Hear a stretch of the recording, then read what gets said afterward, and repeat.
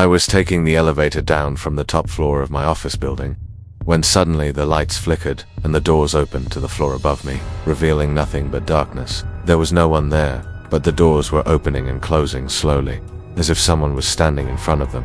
Hello everyone, welcome to my channel, where we share scary, true horror stories. This is the scariest elevator story that I found online, so be sure to stay till the end for more. Also, if you're new here, make sure to join our community of over 2 million horror fans. Leave a like and subscribe so you can be notified every time a new story comes out. And without further ado, let's get into it. Taking the elevator down from the top floor of my office building at around 5:30 p.m., just as the after-work rush was beginning. It was a daily routine I did countless times before, but this evening would be different. As the elevator ascended, I could hear people on the floor below talking and laughing. Then their voices were abruptly cut off by an unnatural quiet. It was eerie, like the sudden death of a lively party. I pressed the down button, but the elevator continued going up. With each passing second, the silence intensified, pressing against me like a physical force. I pressed the button again, then stood there, frozen as the elevator finally started to descend. My heart pounded in my chest as the reality of my situation dawned on me. The power was out. I was stuck in an elevator with no way to call for help or know how long I'd be trapped there. Panic swelled up inside me, threatening to consume me. My attempts to push the door open were futile. They were locked. Just as I began to lose hope, the elevator lurched to a halt between floors. The door slid open and a beam of light spilled out, momentarily blinding me. When I could see again, I realized the doors had opened to the floor above me. But what made this discovery even more terrifying was the sight that greeted me. On the other side of the door, there was no one there. I hesitated for a moment, my heart pounding against my ribs like a frantic bird trying to escape its cage. But the silence was deafening, and my curiosity got the better of me. Taking a deep breath to steady myself, I stepped out into the dimly lit hallway. The floor was empty. I turned back to the elevator, half expecting it to close on its own, but they remained open, swaying slightly as if disturbed by an unseen presence. My blood ran cold as I noticed the doors were opening and closing slowly, as if someone was standing in front of them.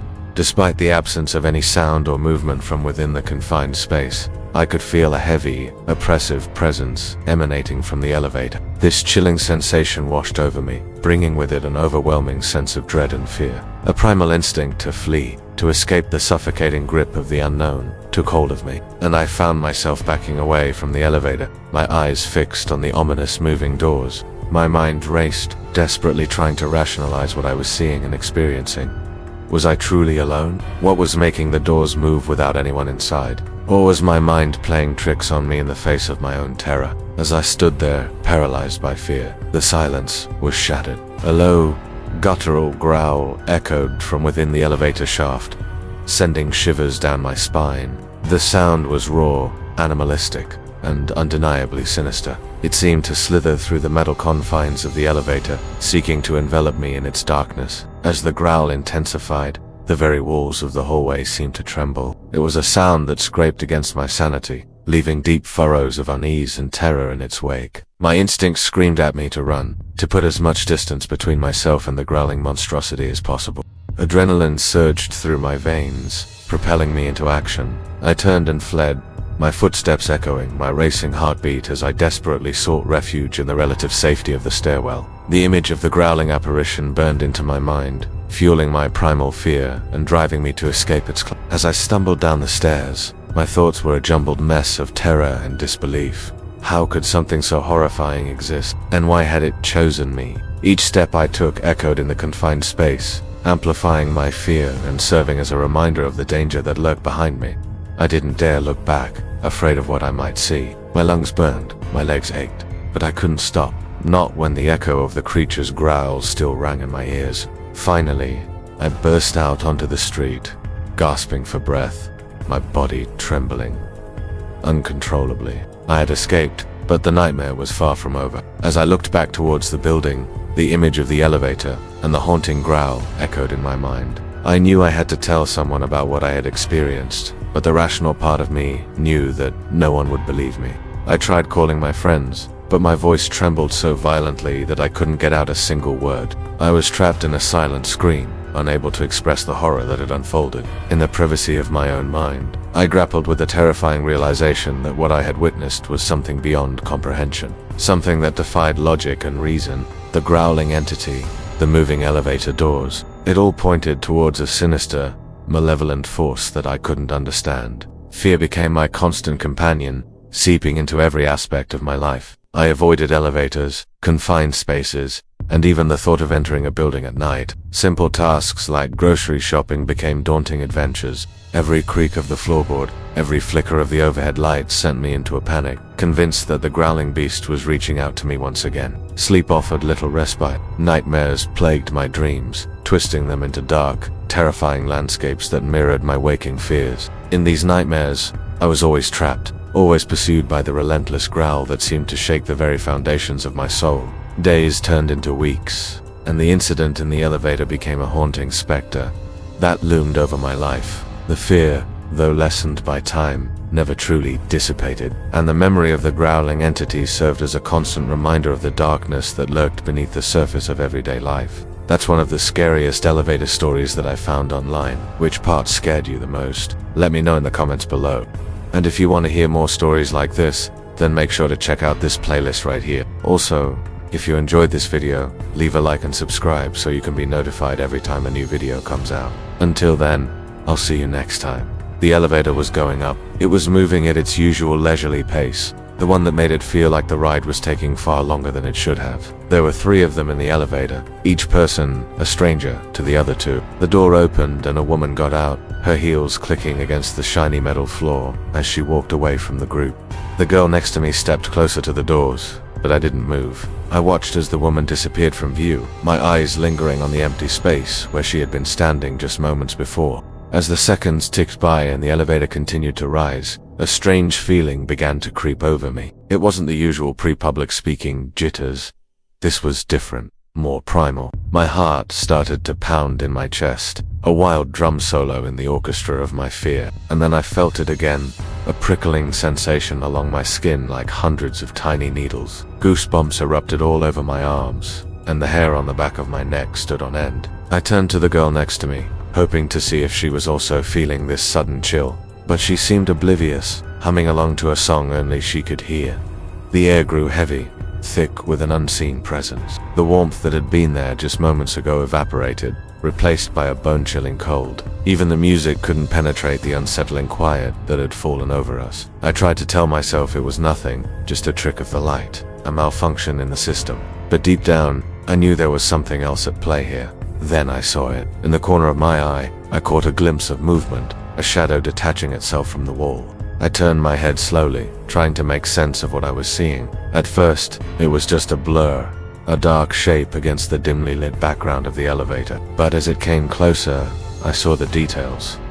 It was a man, or at least what remained of him. He wasn't dressed like anyone I'd ever seen before, his clothes tattered and hanging off his emaciated frame. His face was pale and drawn, his eyes hollow, sockets staring straight ahead. He was so thin, so frail that he looked like a skeleton draped in dirty rags. The sight of him sent a jolt of fear through me.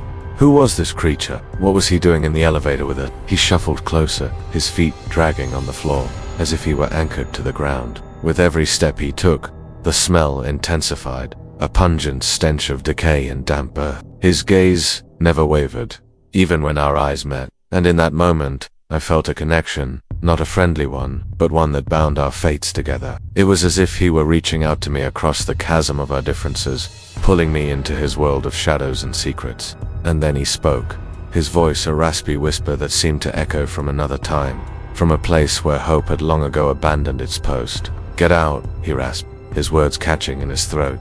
"Get out while you still can." His eyes, those vacant orbs, suddenly blazed with urgency, as if he were begging us to flee from something terrible, something that lurked just beyond our perception. His words hung in the air between us, heavy with unspoken horrors, with warnings left unsaid for far too long.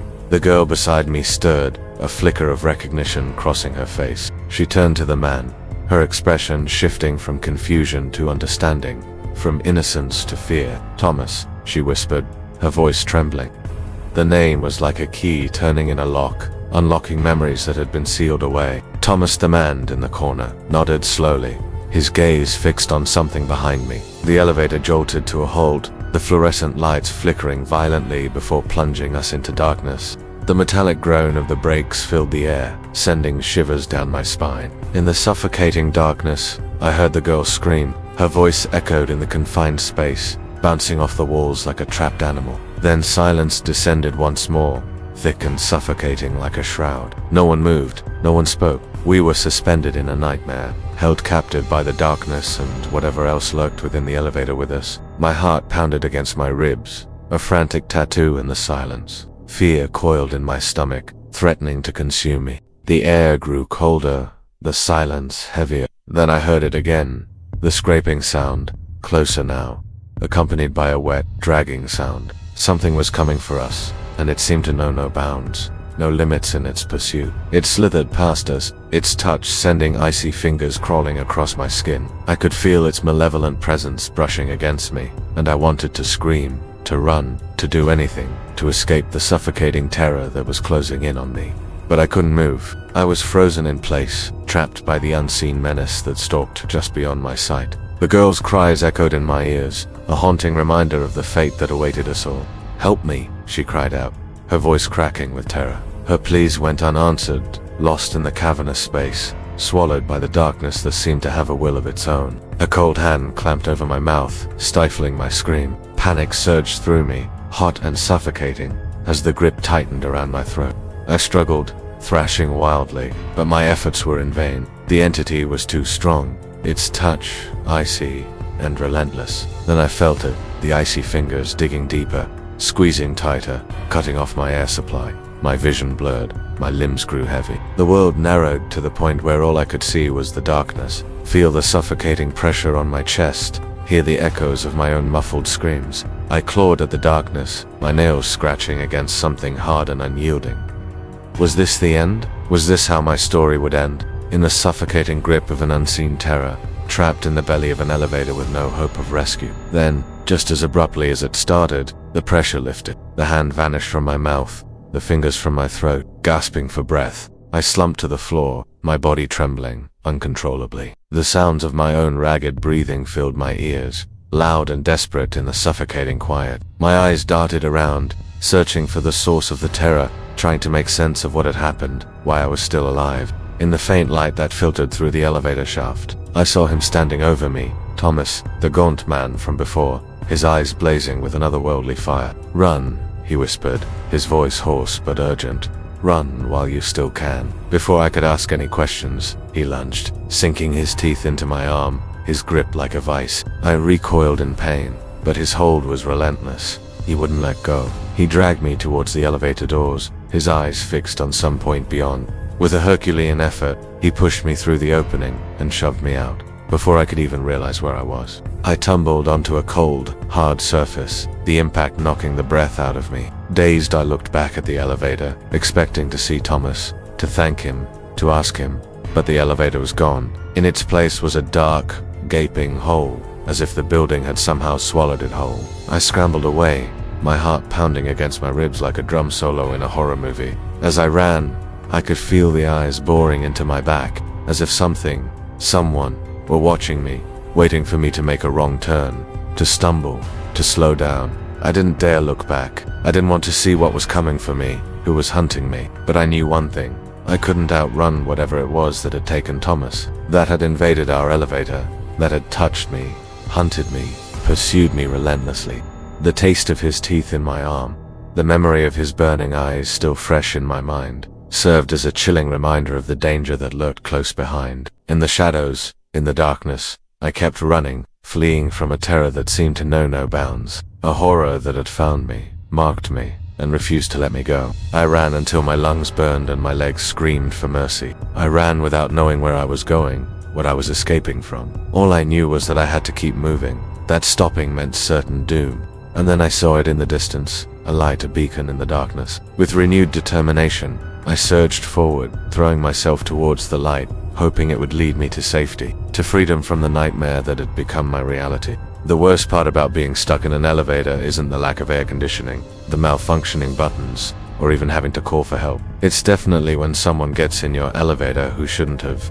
Here's a terrifying tale from Reddit. This happened years ago, but I can still remember the dread that came over me as my heart started to pound in my chest. My wife and I were visiting Philadelphia, and we had just come from an all-you-can-eat crab feast at this old pier restaurant where they serve their famous crab cakes. We were staying at a hotel near the convention center, and our room was on the 23rd floor. We walked into the lobby of the hotel after parking the car and went straight to the elevators. As the doors opened, there was a woman in her early 60s waiting inside. She had a cane, a suitcase, and was dressed like she was going to a funeral. She didn't say anything as we got in and pressed the button for the 23rd floor. I was standing next to her as the elevator began its ascent, but within a few seconds, the power went out and the elevator stopped between floors. My wife immediately started to panic, and the woman with the cane was praying under her breath. As we called for help, the woman continued to pray, which freaked us out even more. And then she started talking.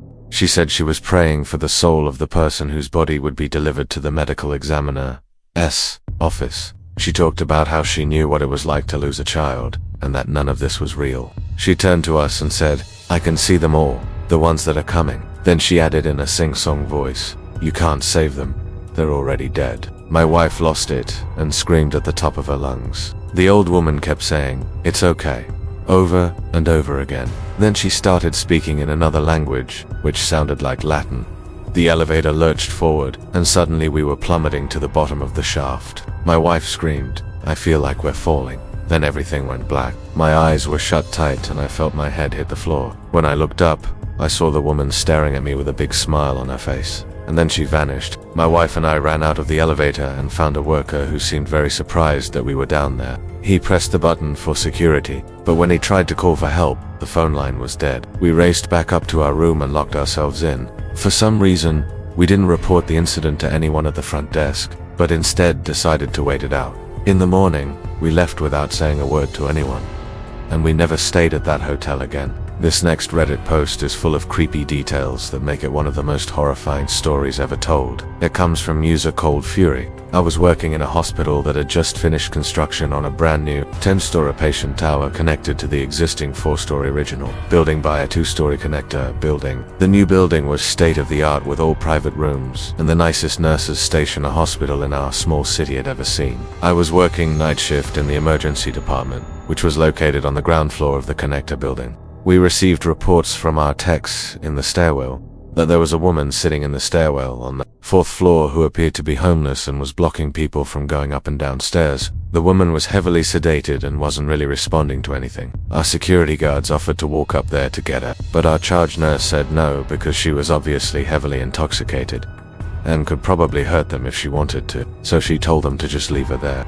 About 30 minutes later, I heard a blood-curdling scream that sounded like someone had been stabbed with a pair of scissors or something equally sharp and metallic. I ran to the stairwell and started running up the stairs to see what had happened. I got to the 4th floor landing and there was blood everywhere. There was also a gurney with sheets over the top and bottom and sides. I pulled on the bottom sheet, and it was clear the person on the gurney was still breathing. I yelled for help and ran back down to the ER to get my charge nurse. By the time we got back up there with security, the sheets were pulled back and it was our homeless woman. She had apparently slit her wrists, and we don't know how long she'd been sitting there bleeding. I took over for the charge nurse, and while calling a code blue upstairs, I could hear the homeless woman laughing hysterically while blood was draining onto the floor. The security guard who had gone up there earlier was kneeling beside her, asking her if she was okay and if he should stay with her. I thought that was pretty messed up. The craziest thing about this story was that the homeless woman had apparently taken her own life using a shard of glass from one of the windows in the stairwell.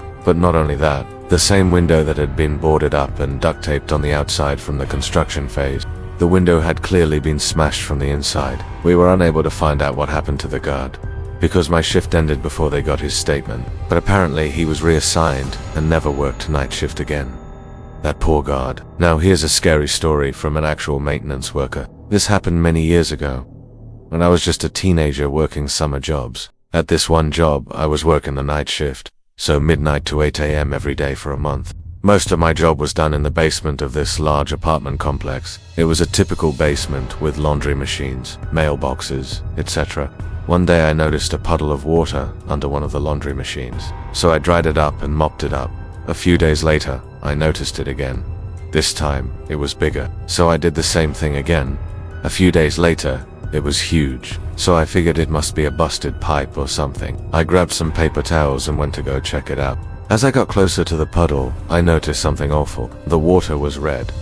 Blood. It was coming from a crack in the wall. At first it was slow, then faster and faster. I was scared to death. What if this whole place flooded and people thought I did it? What if it contaminated the water supply? I couldn't think of what to do.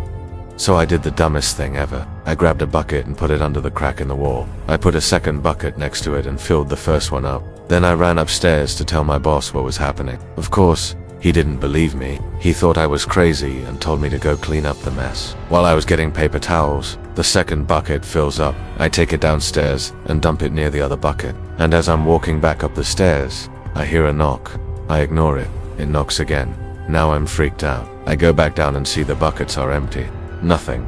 I run back up to my boss and insist we need to call the police. Finally, he agrees, and we do. Turns out it was a pipe that burst from the apartment above. No one was hurt. But what was that knocking sound? Was it someone in the apartment above? Had they known about the burst pipe and were trying to warn me? Did they know it was going to flood and were they trapped in their apartment? Or was it something worse? I still wonder about that knocking sound to this day. If you want to hear more scary stories, then check out these videos, but don't click on them just yet.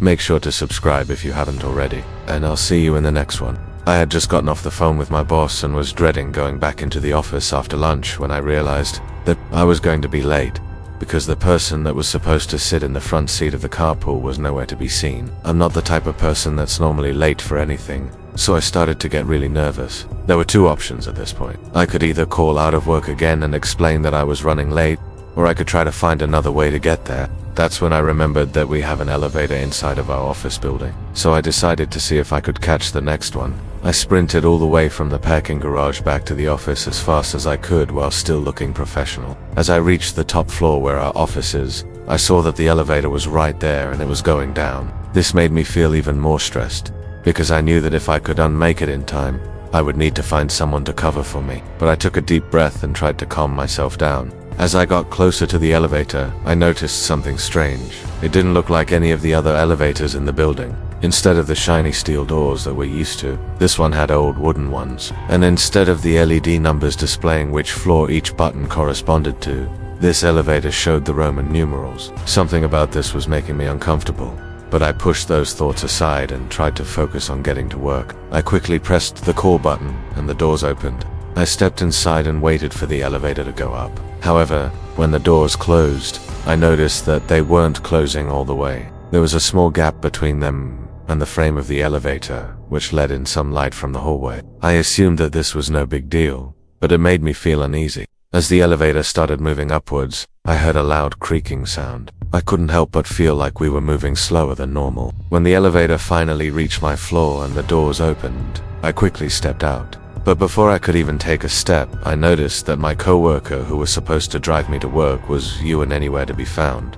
I was now officially going to be late. I ran out of the elevator and down the hallway as fast as I could, trying to find someone who could help me. As I rounded the corner, I saw a group of people standing around talking. I ran over to them and asked if they had seen my coworker. They all looked at me confused and said that they hadn't seen anyone. At this point, I was starting to get really worried. We checked everywhere that he might be, but he was nowhere to be found. We even checked the security footage to see if we could track him down, but the cameras in the building weren't working. By this point, I was already very late, and I needed to figure out how I was going to get to work. That is, when I decided to go back to the elevator and see if I could take it down to the parking garage and get my car. I ran back to the elevator and pressed the down button. The doors opened and I stepped inside. The same uneasiness came over me as before, but I ignored it and waited for the elevator to reach the lower floors. This time when the doors closed, they closed completely. I exhaled a sigh of relief and turned towards the button panel. That's when I noticed something even stranger than before. The Roman numeral buttons were now glowing an eerie red color. I tried to press the button for the first floor, but it wouldn't respond. No matter how hard I pressed it, it was almost as if the elevator wasn't going to let me leave. At this point, I started to feel a sense of dread come over me.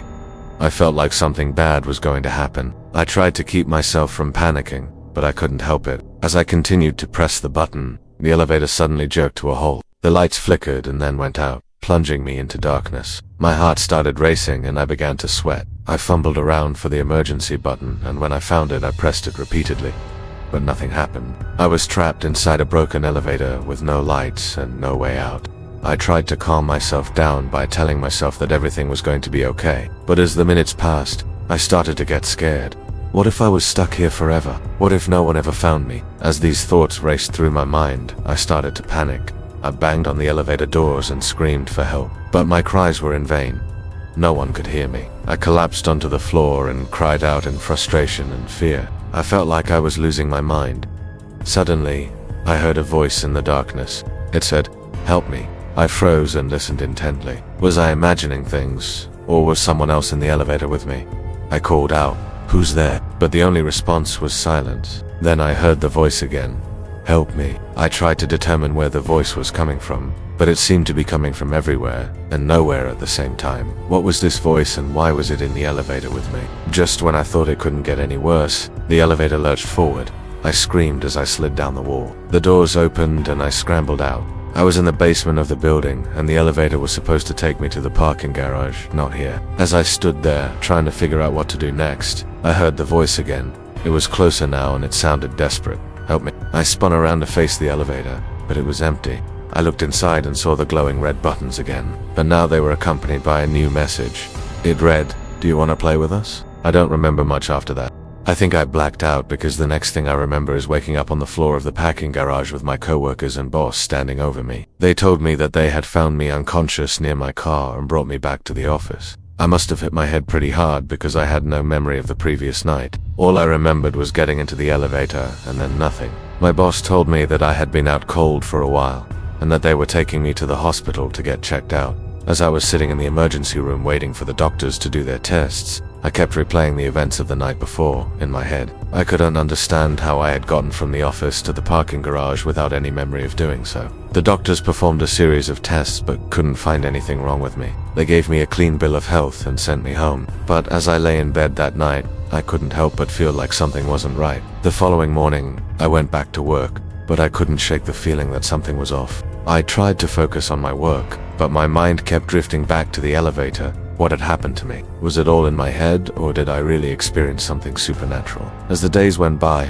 I couldn't bring myself to ride the elevator again. I took the stairs whenever I could. I also started researching the history of the building, but I couldn't find anything unusual. I was beginning to think that I was just making up the entire story when I remembered something. One of my co-workers had mentioned something similar happening to her months ago. She had also experienced strange occurrences in the elevator and had never gone back in it. Could what I experienced be a part of the building's history? Determined to get to the bottom of this mystery, I decided to confront my coworker. I asked her if she would be willing to talk about her experience, and she agreed. As we talked, I learned that she had experienced many of the same things that I had, including the mysterious voice and the glowing red buttons. We decided to team up and try to uncover the truth behind the elevator. We reached out to the building's management, but they were unhelpful and seemed to be hiding something. They claimed that the elevator was perfectly safe, and there was no need to investigate further, but we weren't giving up. We started interviewing other co-workers to see if they had experienced anything strange in the elevator. Many of them had, but they had all just written it off as a coincidence. As we gathered more stories,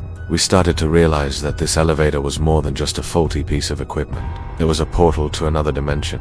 The voice we heard belonged to a trapped soul who was trying to warn us away. But what was this other dimension, and why was it trying to trap us? We continued our investigation and uncovered a dark secret about the building's past. The building had once been used for occult rituals, and the elevator shaft was used as a portal to summon demons. We learned that the demon that was trapped in the elevator shaft was feeding on the energy of those who entered the elevator. It was using its powers to manipulate the elevator and lure its victims into its dimension.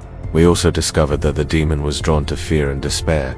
The more negative energy it fed on, the stronger it became. With each person it trapped, the demon grew more powerful. But there was hope. We learned that the demon could be banished back to its own dimension using a powerful incantation, but it would require a lot of courage and determination to perform the ritual. My coworker and I looked at each other and knew that we had to take action. We had to stop the demon before it claimed any more victims. We gathered the people we could trust and explained what we had discovered. They were skeptical at first, but as we showed them the evidence, they began to believe us. We assembled the group of people in the basement of the building near the elevator shaft As we prepared to banish the demon, I couldn't help but feel a sense of dread creep over me. What if we didn't have enough power to send the demon back?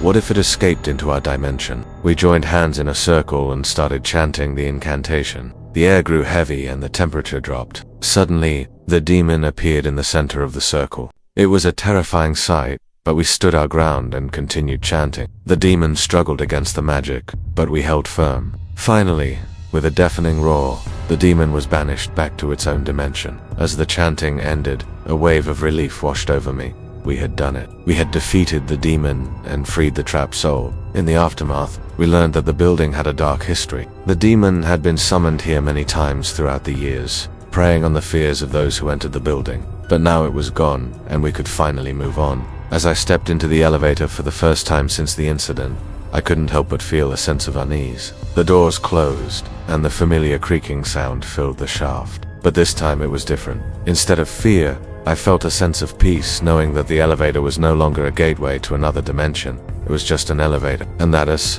when I realized that facing our fears can give us the strength to overcome even the most terrifying challenges. People always say, never take the elevator alone. But how many of us actually listen? Most of us don't have a choice. In fact, we prefer the elevator because it's faster.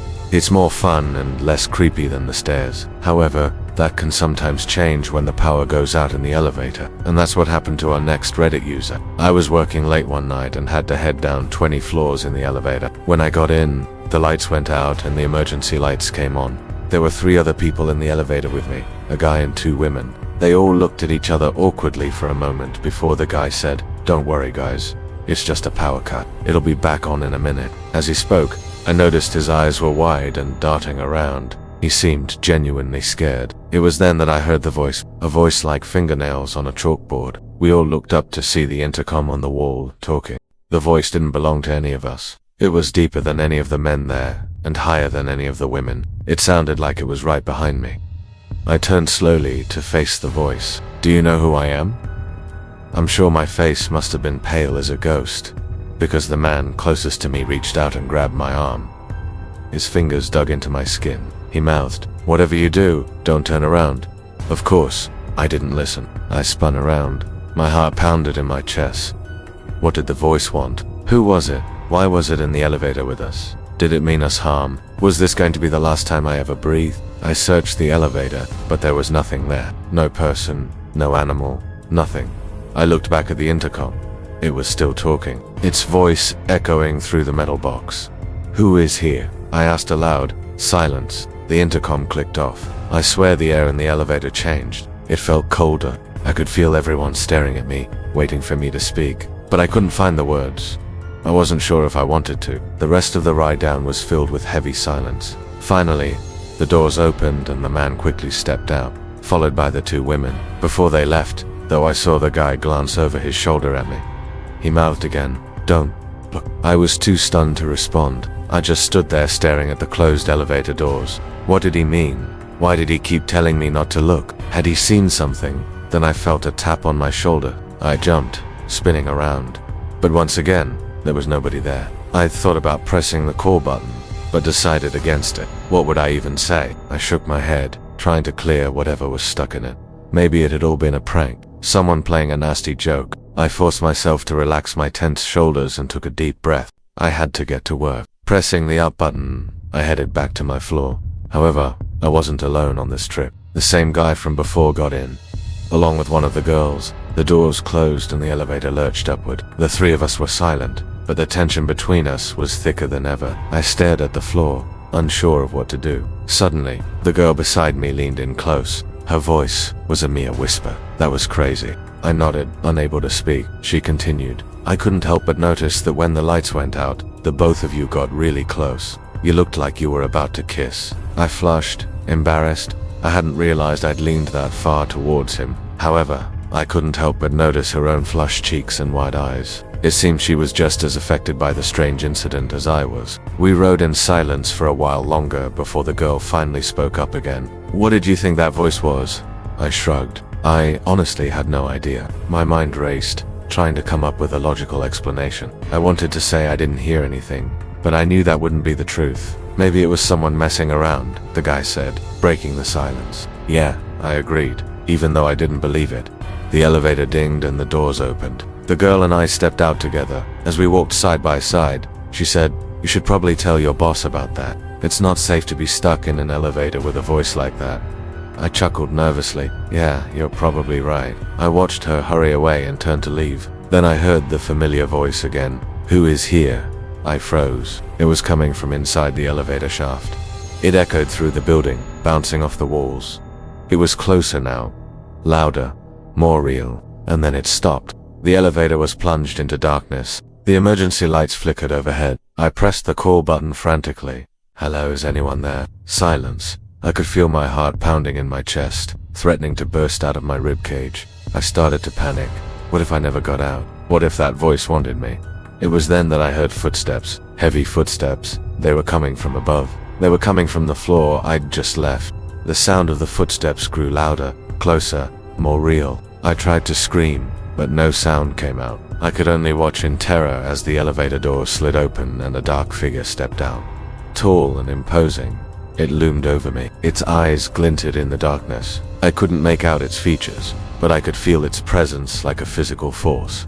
Fear paralyzed me. I couldn't move, couldn't speak. All I could do was stare as the figure approached me.